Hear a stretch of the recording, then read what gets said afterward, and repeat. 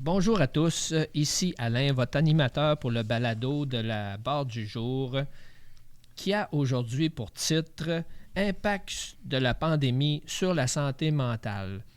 Nous sommes un organisme alternatif en santé mentale situé à Saint-Gervais. Notre mission est d'accompagner les personnes dans le maintien et l'amélioration de leur qualité de vie afin qu'elles recouvrent leur autonomie. Notez que ce balado est subventionné par le Centre d'éducation aux adultes de Bellechasse. Yvon va nous partager son point de vue sur la pandémie, comment ça a affecté son mental. Bonjour, je m'appelle Yvon. Je suis content d'être ici et de vous parler qu'est-ce que ça a fait au niveau de la santé mentale, la pandémie. Pour moi, ça a été très difficile parce que j'étais habitué de faire des choses avec les gens qui m'entouraient. Puis là, en ce moment-là, j'ai dû changer mes habitudes. Puis ça a été très difficile. La chose que j'ai trouvée la plus difficile, c'est avec la famille. On se réunissait pour jouer aux cartes, puis là, on ne pouvait plus se réunir. Puis il fallait avoir des masques tout le temps à la journée longue, puis changer nos habitudes à l'épicerie, puis prendre l'auto comme qu'on voulait, avec les directives du gouvernement. On ne pouvait plus sortir.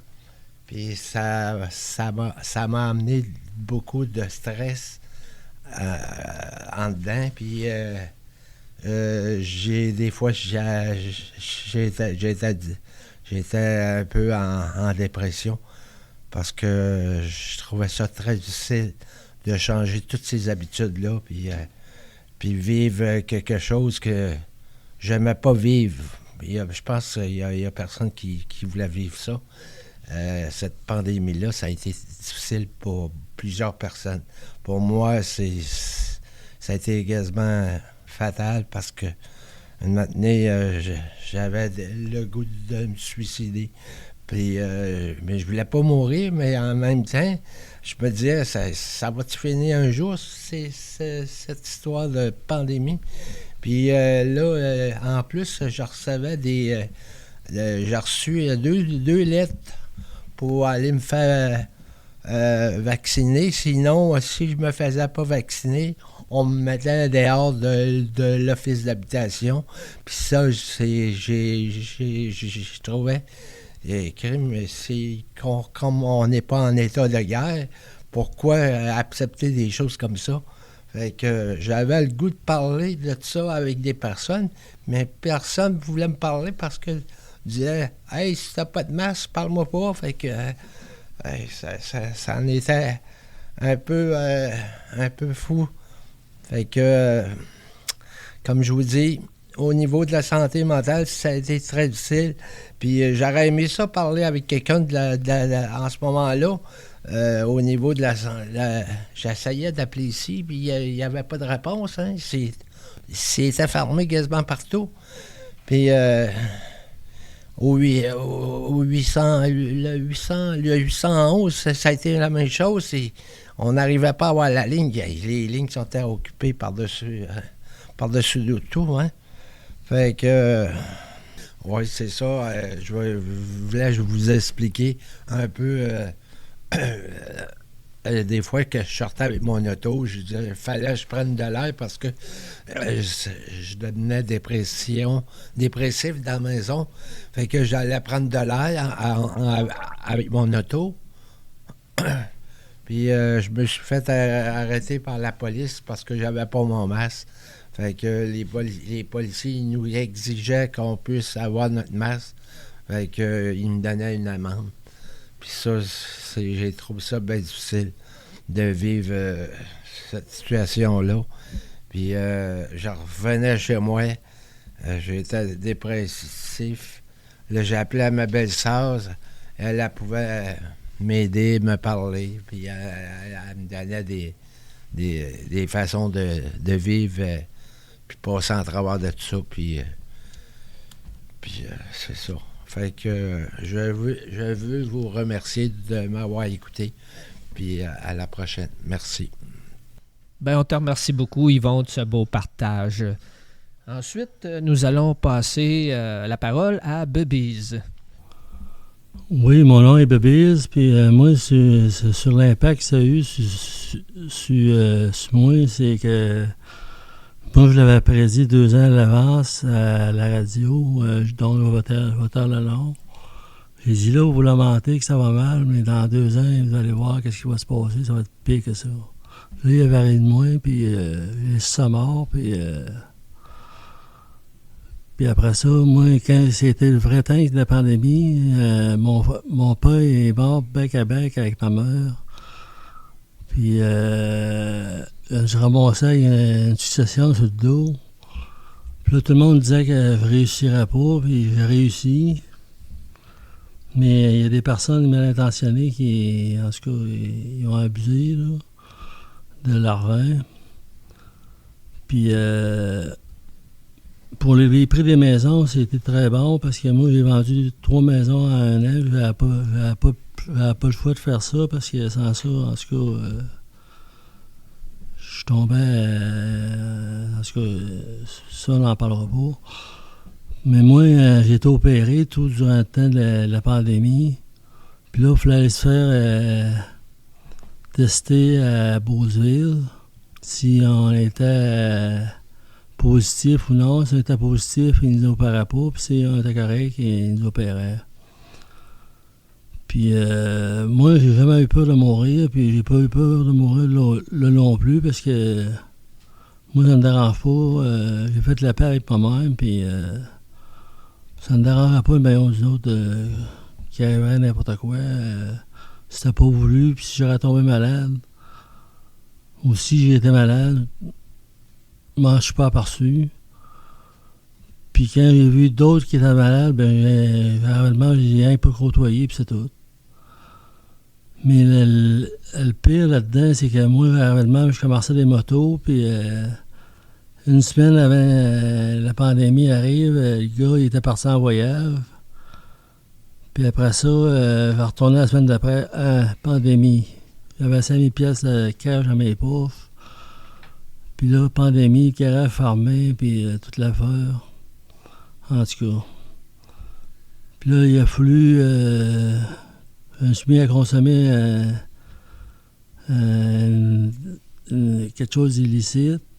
Pire que l'alcool, pire que du pot, pire que n'importe quoi d'autre chose. Parce qu'il y avait plus rien que ça comme amis. Il y avait qu'eux autres qui n'avaient pas peur de la pandémie. Je pense bien que c'était une gang de fous, mais une gang de fous, puis on a vécu ça de même. Mais l'affaire qui était le pire, moi, là-dedans, je suis vraiment... vu que j'avais mal partout, je sais, ça n'a pas rapport tout à fait avec la pandémie, mais moi, rien de même, je prenais des opioïdes, puis en tout cas, je pense que le vaccin peut avoir causé des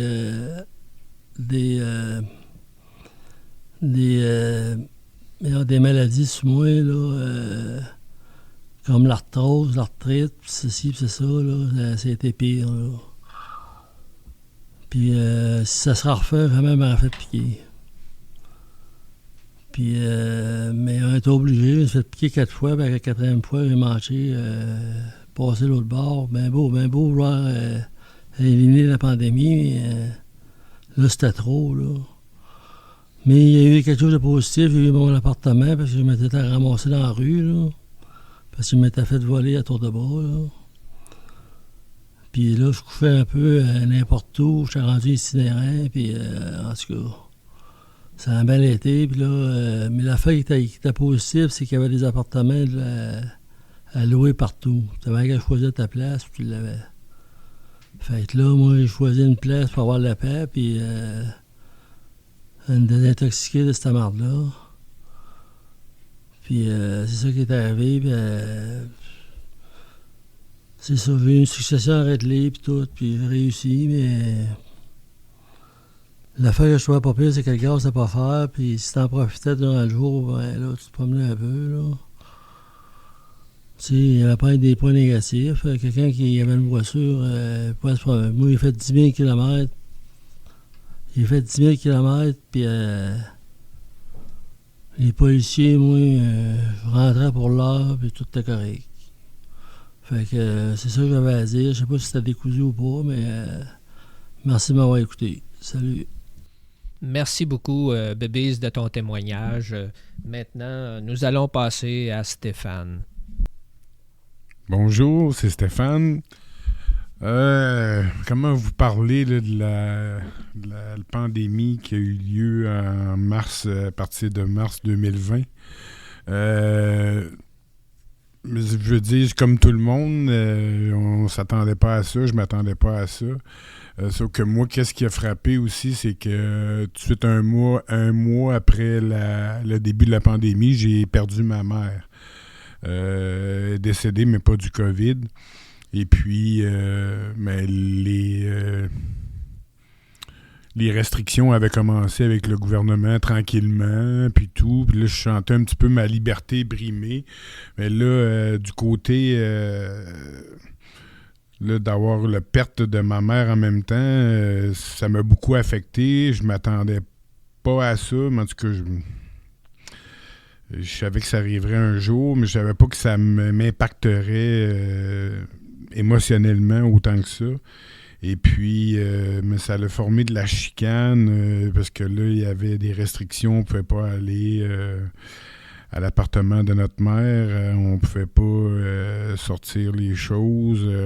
Tu peux comme pas passer à autre chose, là, mais je veux dire, de faire les choses dans le règle de l'art, là, c'est comme côté de la dignité là, qui manquait un peu puis tout là. Mais c'est ça, avant que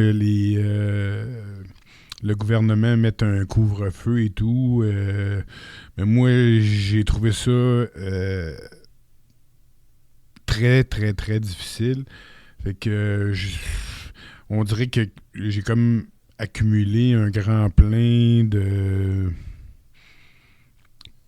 choses à l'intérieur de moi qui m'ont comme mis comme en burn-out, là, un épuisement professionnel. Et puis, fait que c'est ça, moi, c'est que ça m'a amené, mais l'épuisement professionnel, le burn-out, c'est que j'avais le goût de m'éloigner puis de prendre du temps pour moi, juste avec moi. Fait que j'avais décidé, tu sais, pas pour sortir un petit peu de ma routine, d'aller dans un monastère puis d'aller faire une retraite de silence pour me retrouver avec moi puis tout. Puis je veux dire, je pense que j'ai fait la meilleure décision de ma vie. Pas que je pense, j'en suis sûr. Parce que ça m'a beaucoup apporté de me retrouver seul puis de pouvoir connecter avec qu'est-ce que je vivais avec la perte de ma mère, puis je veux dire, avec la situation, la COVID, je ressens beaucoup l'énergie des gens alentour de moi. Fait que ça m'affectait de voir la frustration, parce que le port du masque, je veux dire, après ça, il y a eu le couvre-feu à 10 heures le soir. J'avais comme commencé à marcher, puis tout, puis là, je trouvais que c'était plate là, d'être, tu veux dire, j'étais pas tout seul là-dedans, on était tous ensemble là, à travers la planète, là, plus ou moins avec des restrictions, puis mais c'est ça, là, ce moment-là me fait que je me suis isolé. Après, je veux dire, ma retraite de silence, je suis revenu à la maison, mais ça m'a fait du bien, puis tout, mais je veux dire, j'ai commencé à... Tu sais, je veux dire, on dirait que je me suis comme préparé en étant tout seul avec moi-même. Fait que...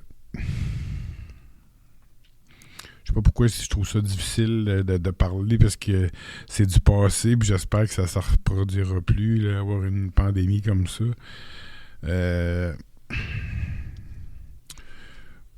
qu'est-ce qui ça m'a... les mauvais côtés que ça m'a apporté, je veux dire, c'est l'isolement. Après ça, je veux dire, de sentir qu'on était brimé dans nos droits. Puis, je pense qu'aujourd'hui, je vais m'en tenir à mes mots que j'ai dit. Parce que je trouve que ça sort. On a vécu pas mal chacun avec, je veux dire, cette pandémie-là. Puis, moi, c'est aussi, je voulais en parler de la vaccination. Parce que moi, au départ, j'étais pas du tout friand là, de me faire vacciner puis tout. On m'a conseillé par rapport à mon état de santé général que je devrais mieux me faire vacciner pour pas prendre de chance, pour pas avoir de répercussions sur ma santé qui dégraderaient plus. Là. Je l'ai fait, mais je veux dire, si je reviendrais au début, mais je pense que je m'en aurais abstenu là, de me faire vacciner. Mais je veux juste finir avec quelques mots par rapport que oui, ça a changé la vie, la pandémie, mais en même temps, ça a rapproché beaucoup les gens, parce que les gens, je veux dire, avant, dans le brouhaha de la vie générale, c'est, tu sais, vite, stressé, puis anxieux, puis tout, tandis que là, ben, le fait d'être en famille, ou je veux dire, mais moi, j'avais pas de famille proche à rien, mais je veux dire, tous les gens qui ont des familles, des enfants et tout, ça a permis d'avoir un rapprochement. Après ça aussi, le temps, la terre, on dirait que ça a permis aux gens là, de faire un break puis de se retrouver seuls. Puis en tout cas, mais c'est ça, qu'est-ce que j'avais à partager aujourd'hui. Fait que je vais vous souhaiter une excellente journée. Je vous remercie beaucoup de votre écoute. Merci beaucoup, Stéphane, de tes bonnes paroles aussi. Dans la parole à Bernard. Bonjour tout le monde. Oui, c'est Bernard qui vous parle. Aujourd'hui, c'est sûr que notre sujet sur la pandémie versus la santé mentale est un sujet que je considérais comme assez touché, assez délicat, parce que ça implique tellement d'émotions, de dérangements, de remise en question. Et je pense, entre autres, face à ces mots-là que je viens de prononcer, aux personnes isolées, par exemple, les gens qui sont en CHSLD, les gens qui sont dans un hôpital, les gens qui ont des soins là, à un endroit où ils ne peuvent pas sortir, ceux qui demeurent dans des résidences pour personnes âgées. Il suffit qu'il y en ait juste un ou une qui attrape ça, puis là, tout le monde se retrouve malade. Puis ils ne l'ont pas voulu, ils ne l'ont pas demandé, mais ça arrive. Puis en plus de ça, une chose que j'ai trouvée, moi, qui m'a beaucoup dérangé au point de vue humain, c'est de voir des familles, que ce soit des personnes d'âge moyen, des jeunes enfants, des personnes âgées, qui voulaient recevoir de la visite parce qu'ils étaient, il faut le dire franchement, enfermés dans la solitude. Ils n'avaient pas le droit de sortir. Puis ce qui me faisait le plus mal au cœur, c'est quand je voyais des images, par exemple, à la télévision, de petits-enfants de 3-4 ans qui venaient, un exemple, par exemple, voir leur grand-mère qui était isolée, qui aurait tant aimé voir ses petits-enfants, mais tout ce qu'ils voyaient, c'est par la fenêtre en bas, le petit bout de chou qui leur envoyait la main, en voulant dire « On t'aime, grand-maman, même si on ne peut pas t'approcher, on ne peut pas aller te voir. » Peut-être qu'on va se dire au premier coup d'œil « Bon, faut pas être trop sentimental, là. » Mais je pense que c'est nécessaire d'être humain, de prendre conscience de la souffrance de ces gens-là, la souffrance qui leur est imposée. Ils n'ont même pas le droit de se rendre visite. Il faut porter un masque tout le temps, ça m'enrageait. J'avais l'impression d'être... j'appellerais ça quasiment un genre de Gestapo, là, tu sais, le masque d'en face, puis l'autre te regarde, là, puis si t'as le malheur de ne pas le mettre comme il faut, il est porté à reculer, il a peur de toi, tu sais. Ça casse les sentiments humains, ça casse la qualité de la relation. Ça remet en question même des gens qui s'aimaient. Puis ça a duré trop longtemps, alors ça a eu pour effet qu'il y en a qui ont fini par croire que ça finirait jamais. Puis quand je regardais ça, moi, d'une certaine façon, je trouvais ça vraiment inhumain. Ça m'enrageait après les autorités, même si je comprenais qu'elles avaient des raisons de nous imposer ça. Ils ne faisaient pas ça pour le fun. Mais quand tu es rendu dans une société libre, que tu n'as même plus le droit d'aller voir quelqu'un que tu aimes puis de l'approcher, puis si tu n'as pas ton masque, comme mon confrère disait tantôt, on va t'arrêter. Puis si à 10 heures, on te pogne chez vous et tu n'as pas un bon papier pour justifier que tu avais d'affaires à être dehors, ben on te ramasse. J'ai jamais vu ça dans mon pays. Je dirais pas que j'avais honte, parce que je savais bien qu'il y avait des raisons. Mais moi, ta petite affaire, c'est la première fois de ma vie que je me fais dire « T'as pas le droit de sortir, t'as pas le droit de faire ci, t'as pas le droit d'aller voir un tel. » Puis toi, je gis pas, puis quand tu le regardes, là, faut que tu sois au moins à 2 pieds. Ben moi, quand j'aimais ma femme, c'est bien de valeur. Ça me tentait pas d'être à 2 pieds d'elle, ça me tentait d'être dans ses bras. Puis si j'attrape la maladie, j'irai me faire soigner. Mes sacrifices, ils m'arrêteront pas de l'aimer. Alors, en gros, c'est un petit peu ça que je voulais dire. J'appellerais ça un genre de cri du cœur de quelqu'un qui comprend avec sa tête qu'il est dans une situation où on n'a pas le choix, qu'il n'y a personne de méchant au-dessus de ça qui nous veut du mal, mais que la vie nous impose quelque chose qui n'est pas humain et qui n'est pas acceptable.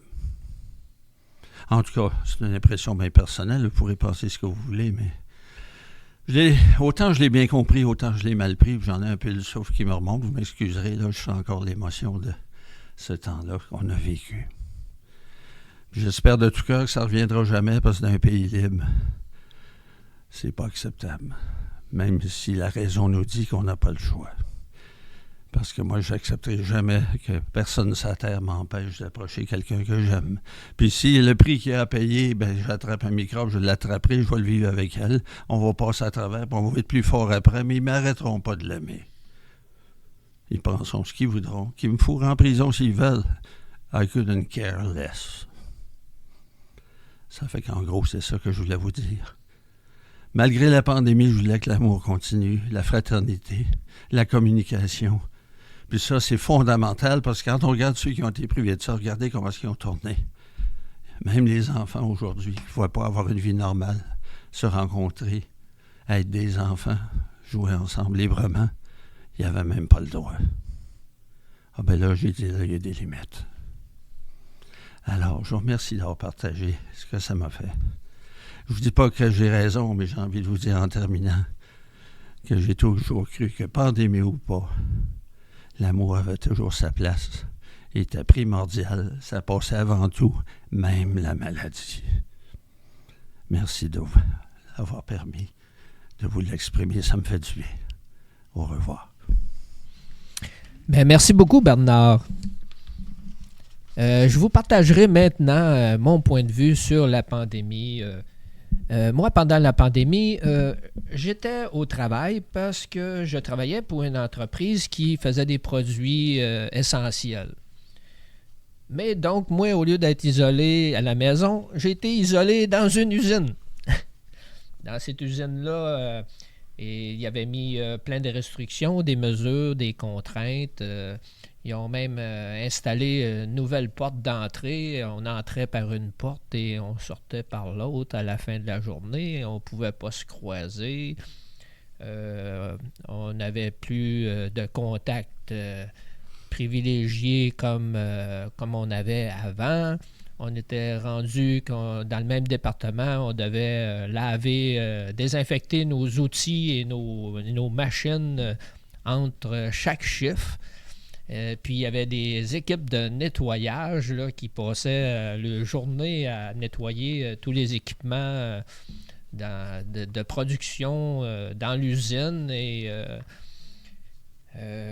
ça m'a vraiment démotivé. Ça m'a dégoûté de mon emploi pas mal, là, ces restrictions-là. En plus de ça, ben là, c'est arrivé au moins une fois là, qu'il y a eu comme une petite éclosion ou un employé qui avait été diagnostiqué qui avait la COVID. Ils ont désinfecté l'usine au grand complet une fois pendant ce temps-là. J'ai trouvé ça assez épouvantable. C'était assez exceptionnel, là, je dirais. Là. Puis, c'est sûr là, que ça l'a amené que il n'y avait plus de bons contacts, là, plus de poignées de main ou d'accolade avec des confrères, des amis, là, comme il était auparavant. Ça a changé de climat, le climat de travail, je peux vous le dire, c'était plus pareil. Moi, finalement, suite à ça, ça m'a démotivé pas mal. Ça a fini que quand j'ai pu prendre ma retraite suite à ça, j'ai arrêté de travailler là, parce que pour différentes raisons, entre autres, je suis devenu seul à travailler dans mon département, puis c'était moi qui étais en charge de l'entretien et de la fabrication de plusieurs pièces. Puis là, j'avais comme plus de confrères de travail. Là. Ça fait que là, ça a été dur sur le moral, ça aussi. Là. Je peux... là-dessus... je finirai mon témoignage là-dessus, entre autres. Là, et je vous remercie beaucoup à tous les participants qu'on a eus aujourd'hui dans ce balado. À la prochaine.